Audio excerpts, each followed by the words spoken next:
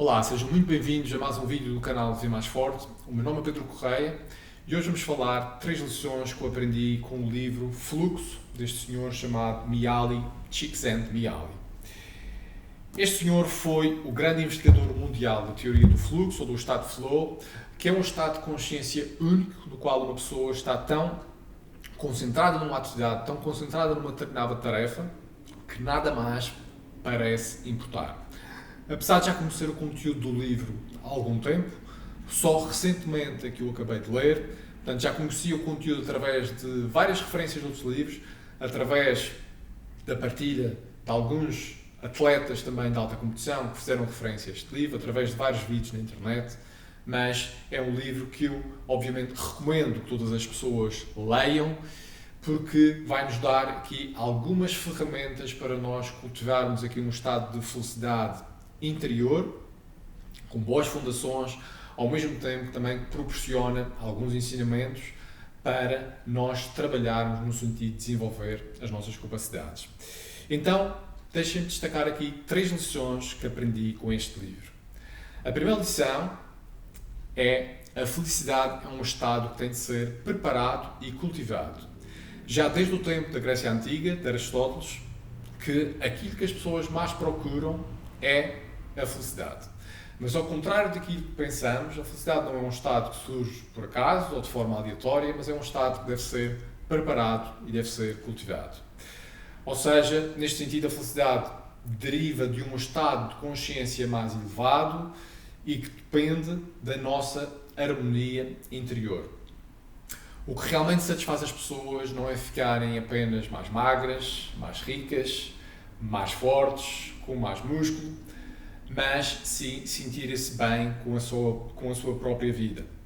E a principal razão para ser tão difícil alcançar a felicidade tem a ver com o facto do universo não ter sido concebido tendo em mente o conforto dos seres humanos.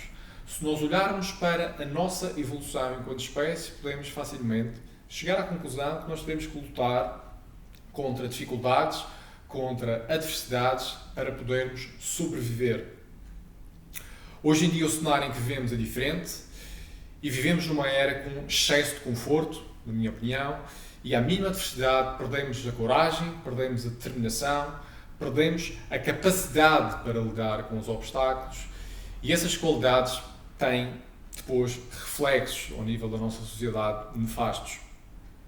Isto significa o quê? Que é a própria pessoa que deve desenvolver a capacidade de encontrar satisfação na sua vida, propósito na sua vida, e é a própria pessoa que deve procurar, através da autoobservação, definir aquilo que quer para a sua vida, através da relação com outras pessoas, aquilo que procura, e isso é que vai permitir com que a pessoa encontre também propósito.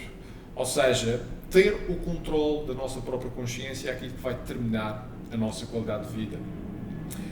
Isto significa o quê? Que alcançar um estado de felicidade está nas nossas mãos, mas ao contrário do prazer, e é importante não confundir os dois estados, o prazer promove estados de gratificação imediata, a felicidade vai promover estados de realização e satisfação pessoal para o longo prazo. A felicidade requer dedicação, requer disciplina, requer perseverança. Todas estas qualidades, da mesma forma que são necessárias para construir um corpo saudável e forte, também são necessárias para nós desenvolvermos a felicidade com boas fundações. E estas qualidades são cada vez mais raras na nossa sociedade. A segunda lição é a seguinte: para nos desenvolvermos, precisamos de desafios ajustados às nossas capacidades. Seja no âmbito do trabalho, seja no âmbito das relações pessoais, seja no âmbito pessoal, seja no âmbito do desenvolvimento das qualidades físicas, seja no âmbito do desporto, é importante sermos continuamente desafiados para podermos crescer. E neste sentido, o autor aponta vários componentes para sentirmos que estamos a progredir na direção que conduz a um verdadeiro estado de fruição. Primeiro, as atividades têm que ser desafiantes e proporcionais às capacidades individuais.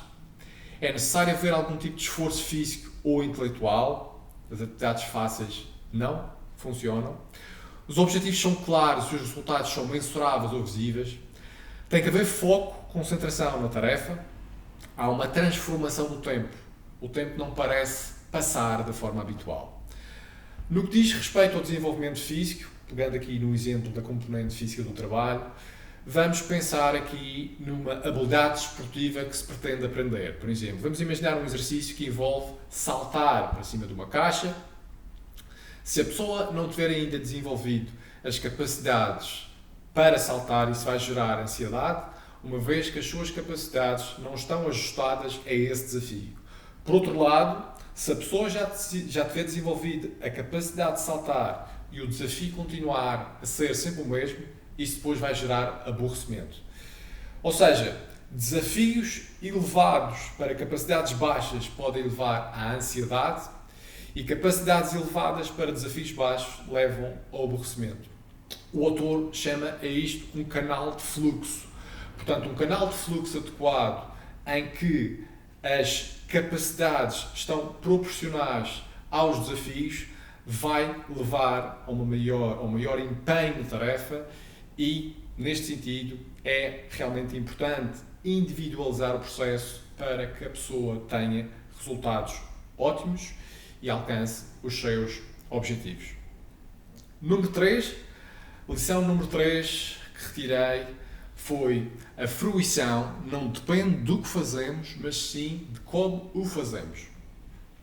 As atividades de fruição são várias e poderão variar pessoa para pessoa, porque todos nós temos gostos diferentes, temos objetivos diferentes e ainda bem que é assim.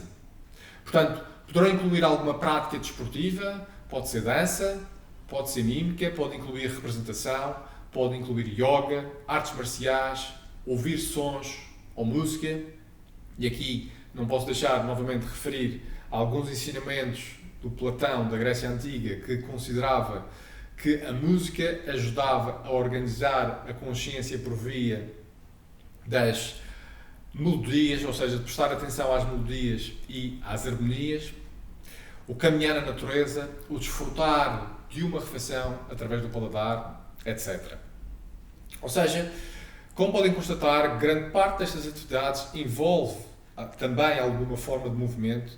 E isto acontece porque um corpo em movimento é um corpo que está a gerar energia, é um corpo em fluxo, e quando temos maior controle daquilo que o corpo pode fazer, podemos também aumentar a nossa qualidade de vida e a qualidade das nossas experiências corporais.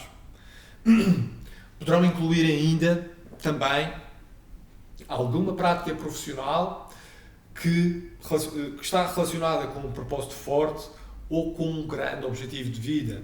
Há alguns anos atrás, o Sigmund Freud respondeu que a receita para a felicidade era o trabalho e o amor. Ou seja, o trabalho também pode transformar o trabalhador ou a pessoa.